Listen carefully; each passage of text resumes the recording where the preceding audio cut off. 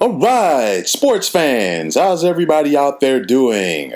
William Martin coming at you one more time here on YouTube with another edition of the 300 Pounds of Sports Knowledge Podcast. Now, by far, the Utah Jazz are the hottest team right now in the National Basketball Association. You look at the Jazz right now, they have won 18 of their last 19 contests. It was capped off by them going on the road and defeating the Los Angeles Clippers in their most recent game by the score of 114-96. The Jazz are doing this at the defensive end of the floor because they are currently third in the NBA in points allowed as well as opponents' field goal percentage. Led by Donovan Mitchell, the Jazz have 6 players who are averaging in double figures, and that includes Jordan Clarkson, Mike Conley Jr., Bogdan Bogdanovic, Rudy Gobert, and Joe Ingles. And I don't think the Jazz, well, let me rephrase that, because he is starting to get recognition because he will be coaching the Western Conference in the All-Star game. But even with that said, I still don't believe that Jazz head coach Quin Snyder really gets the credit that he deserves. I mean, he's a fundamental guy. We saw that he learned at the feet of Mike Krzyzewski as an assistant coach at Duke. Of course, he played for Coach K once upon a time, had success in the NCAA ranks when he led Missouri to the NCAA tournament multiple times, paid his dues in the G League, and now he is here on the big stage getting it done.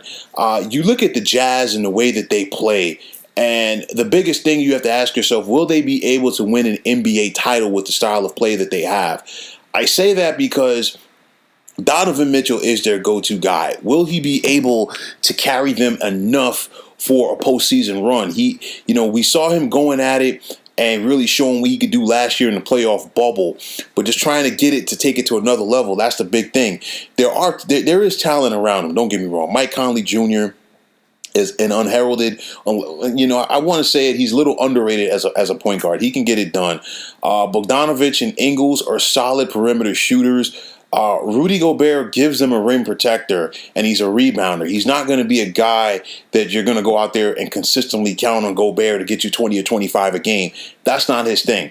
And, Jordan Clarkson playing off of these guys, he's showing what he could be, in the realm of this offense. The biggest thing for you and me when we watch the Utah Jazz is you have to ask yourself, do they have enough to beat the Lakers and Clippers in the postseason? Because those are going to be the two teams that they have to get through in order to get out of the West, especially the Lakers. And you look at it from the defensive end, the Jazz are going to make the Lakers work. But, you look at it, if the Lakers are healthy, with both Anthony Davis and LeBron James, obviously the Jazz do not have anybody that's going to slow down LBJ in a 7-game series. LeBron's going to get his. Anthony Davis is going to have to try to bring, for the sake of argument, he'll have to bring somebody like Rudy Gobert outside because, Ant Davis is usually accustomed to doing whatever he wants to do in the paint. He's not accustomed to going up against guys that are bigger than him and have more length than him in the likes of Rudy Gobert. Anthony Davis still will be able to score, but he's going to have to work for it a little bit more than we're accustomed to seeing. But it's going to be interesting to see offensively, will the Jazz have enough to get past the Laker team? I think it was big for their psyche for the Utah to get that win on the road last night versus the LA Clippers. Granted, I know that the Clippers did not have an all-hands-on-deck team out there, but still for them to go into Staples and get that win was definitely huge for their confidence. A lot of what Utah is going to or not going to be able to do, I think, comes down to what type of playoff format are we going to see in the 2021 playoffs in the NBA? Are they going to go back to a playoff bubble? Are teams going to be allowed to have a legit home court advantage? Are there going to be fans in the stands? We'll have to wait and see, because typically in Utah, Salt Lake City, that is one of the loudest arenas in the NBA, and it always has given the Jazz a big home court advantage. So that would be to their favor, obviously, if that was the case. But, we'll have to wait and see if that happens. on a neutral court in the playoff bubble. Again, obviously the rule book is thrown out of the window in regards to home court. It's just the fact that the home team decides which jersey color that they're going to wear. That's really all it comes down to. You look at the Jazz, they are a feel-good story. You have to like what you're seeing out of this team.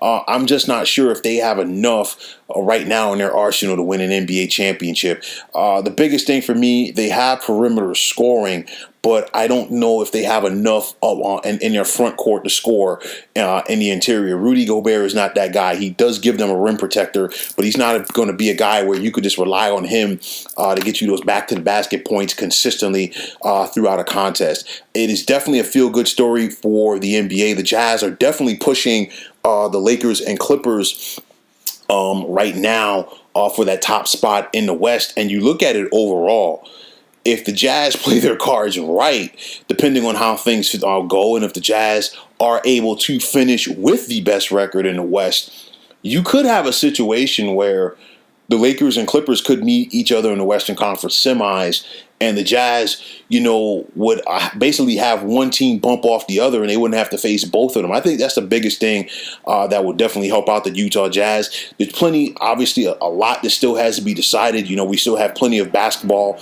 to go this regular season. We also have to worry about the trade deadline as well as the buyouts. But make no mistake about it, the Jazz have definitely put themselves in a good position so far. They're definitely one of the feel-good stories of the NBA. For their sake, they definitely want to keep this momentum going, keep their foot on the throttle, and try to put their as much pressure as possible on those other superpowers out there in the Western Conference. But you got to like what you see from the Jazz so far. It's just going to be interesting to see if they're going to be able to keep it up for the entire 72 games of the regular season and keep that momentum going into the postseason. But Donovan Mitchell's playing good. Quin Snyder is coaching the best basketball of his NBA career. This team has bought into what he is selling. They bought in at the defensive end. And I don't know how far the Jazz are really going to go, but I will say this. Whoever defeats them in the playoffs is definitely going to have to pack a lunch, because they will have to be prepared to grind it out for all 7 games in those respective series. So, folks, that is going to wrap it up. And as always, I want to take this time out to thank you for tuning into the 300 Pounds of Sports Knowledge podcast here on YouTube. I want to thank all of the subscribers out there. And if you have not already, please feel free to subscribe to this channel. Now, if you're on Twitter, please feel free to follow me at 300 Pounds of Sports. And like I always say, if you follow me, it'll be my pleasure to follow you right back. There's also the sports discussion group on Facebook at the Sports Depot 365. You can check it out, drop a line, and be a part of one of the better sports debating sites going on social media.